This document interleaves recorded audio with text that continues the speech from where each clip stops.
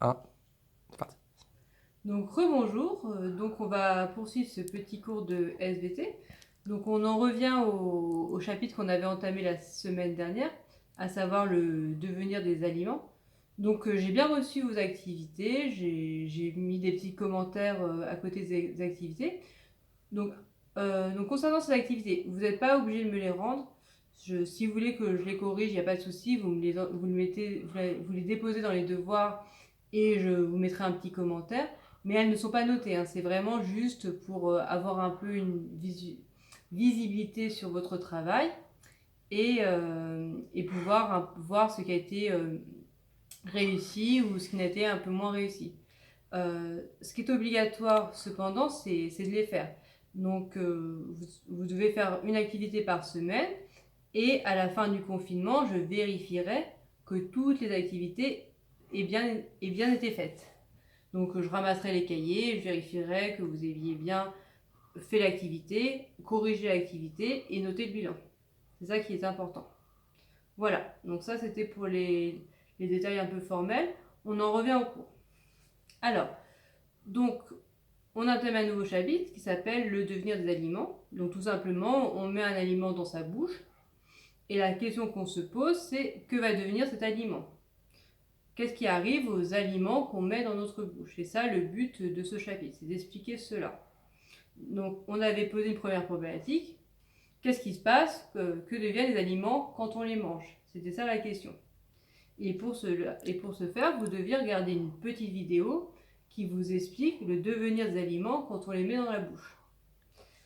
Alors, ici, donc, à partir de cette petite vidéo, vous deviez compléter un petit schéma. Donc, on met un aliment dans sa bouche et on devait donc expliquer quel est le trajet des aliments. Donc, il y avait deux légendes qui étaient indiquées. Donc, vous avez mis sur ce schéma, il y avait déjà les glandes salivaires indiquées. Et il y avait normalement également le foie ou le pancréas qui était indiqué, ou les deux, je crois. Pancréas et le foie. Donc la vidéo était consacrée au trajet des aliments. Donc on met un aliment dans la bouche, et ce que vous expliquez à la vidéo, c'est que d'abord il va passer par la bouche, ensuite il va descendre dans un tuyau qu'on appelle l'œsophage. Ensuite, il arrive ici, dans cet organe qu'on appelle l'estomac. Puis il poursuit son trajet ici, par ce premier intestin, d'ailleurs j'ai oublié la légende, qu'on appelle l'intestin grêle. Donc, on l'appelle grêle parce que grêle ça veut dire un peu fragile. C'est le petit intestin par rapport au deuxième intestin qui suit l'intestin grêle, qui lui va être le gros intestin. C'est comme ça qu'on les distingue. Grêle ça veut dire fragile.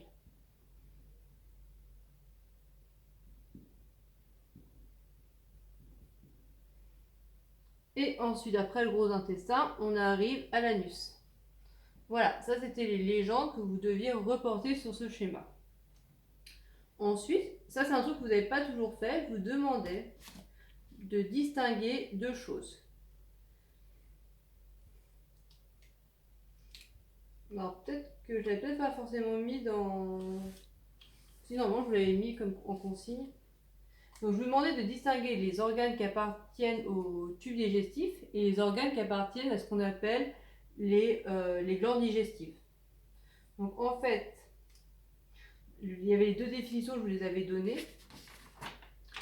Le tube digestif, ce sont le tube formé de plusieurs organes dans lequel passent les aliments solides ou liquides. En fait, tous les organes par lesquels vont passer les aliments, c'est ce qui va constituer notre tube digestif. Donc, je vais les entourer en bleu. Donc, ici, on a tous les organes par lesquels passent les aliments. Donc, d'abord la bouche, l'œsophage, l'estomac, ce que je viens de faire, l'intestin grêle, le gros intestin et enfin l'anus. Voilà, donc ça c'est, on va mettre une légende, ce sont les organes du tube digestif. Donc les organes, par lesquelles vont passer les aliments. Et à côté de ça, on a ce qu'on appelle les glandes digestives. Ce sont des organes qui n'appartiennent pas au tube digestif, mais qui vont contribuer à la digestion. On reparlera de leur rôle. D'accord? Donc c'est les trois autres. C'est le pancréas, le foie, les glandes salivaires. D'accord? Pour l'instant, on n'a pas expliqué leur rôle. Ils participent à la digestion, on verra comment, mais ils n'appartiennent pas au tube digestif. Ce sont les glandes digestives. Donc en vert, j'ai indiqué les glandes digestives. L'ensemble forme ce qu'on appelle l'appareil digestif. Ce qu'on appelle l'appareil digestif, en fait, je vous ai donné la définition, elle a été notée là, c'est l'ensemble de ces organes. Je vous ai dit, l'appareil digestif, c'est ce que j'ai marqué dans la feuille d'activité.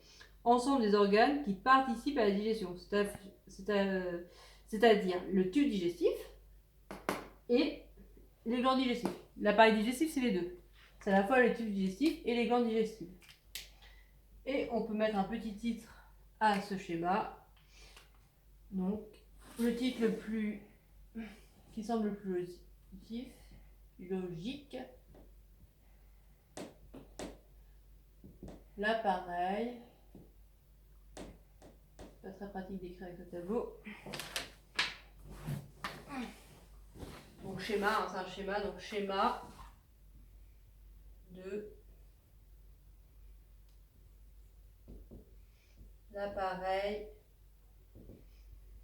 digestif. Et là, on est chez l'humain, donc chez l'homme. Chez l'humain.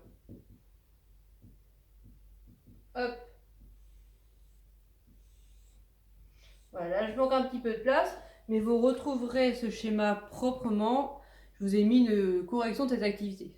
Donc dans les documents, de nouveau, vous trouverez le PowerPoint, ainsi qu'une correction de cette activité 1. Ensuite, on passe à la suite du cours. Donc à partir... Ah oui, pardon, j'ai pas fait la question 2.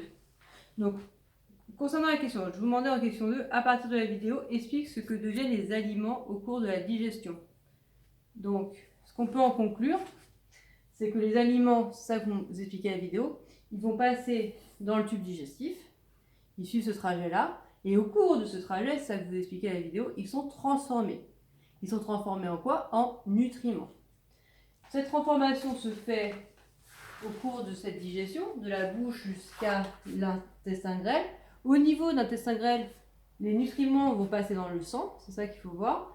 Et ce qui ne passe pas dans le sang, ce qui ne vient pas des nutriments, il va continuer son trajet dans le gros intestin. C'est ça qu'il fallait comprendre. Tout ce qui n'est pas transformé en nutriments continue son trajet dans le gros intestin.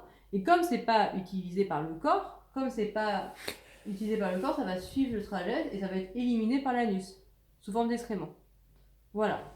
Donc de ça, on peut noter un petit bilan. Je vous le lis. Vous le trouverez dans le PowerPoint. Là, je vous en fais juste la lecture. Donc le bilan est bien sûr à recopier dans vos cahiers. Donc je vous lis le bilan.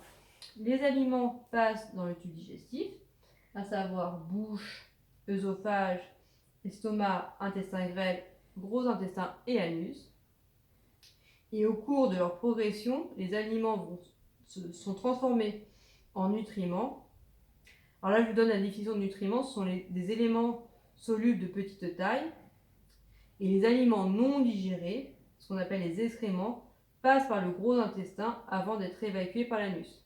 D'accord? Donc tout ce qui est nutriments, ça passe dans le sang. Et tout ce qui n'est... Les aliments qui ne vont pas être digérés vont être évacués par le gros intestin et vont être évacués par l'anus. Voilà, en gros, pour ce bilan. Donc on continue le cours une fois qu'on a montré ça. Donc là, on va écrire la transition suivante. Donc là, ce qu'il faut retenir, c'est qu'on a une transformation des aliments au cours de la digestion. Et ce qu'on va essayer de voir, c'est quels sont les mécanismes qui transforment les aliments au cours de la digestion. Donc on écrit une nouvelle problématique. Quels sont les mécanismes à l'origine de la transformation des aliments au cours de la digestion? Donc on essaye. Donc là, on a vu dans cette première activité qu'on avait une transformation des aliments en nutriments. Et là, on va essayer d'expliquer comment se fait cette transformation. C'est ça, le but de cette nouvelle activité. Donc c'est l'activité 2. je vous l'ai déposée pareil dans les ressources et elle est à faire dans une semaine. Donc pour les deux classes de 5e, 5e 1 et 3, donc l'activité 2 est à faire pour jeudi prochain. Voilà, donc c'est tout pour cette semaine. Bonne semaine et à dans une semaine.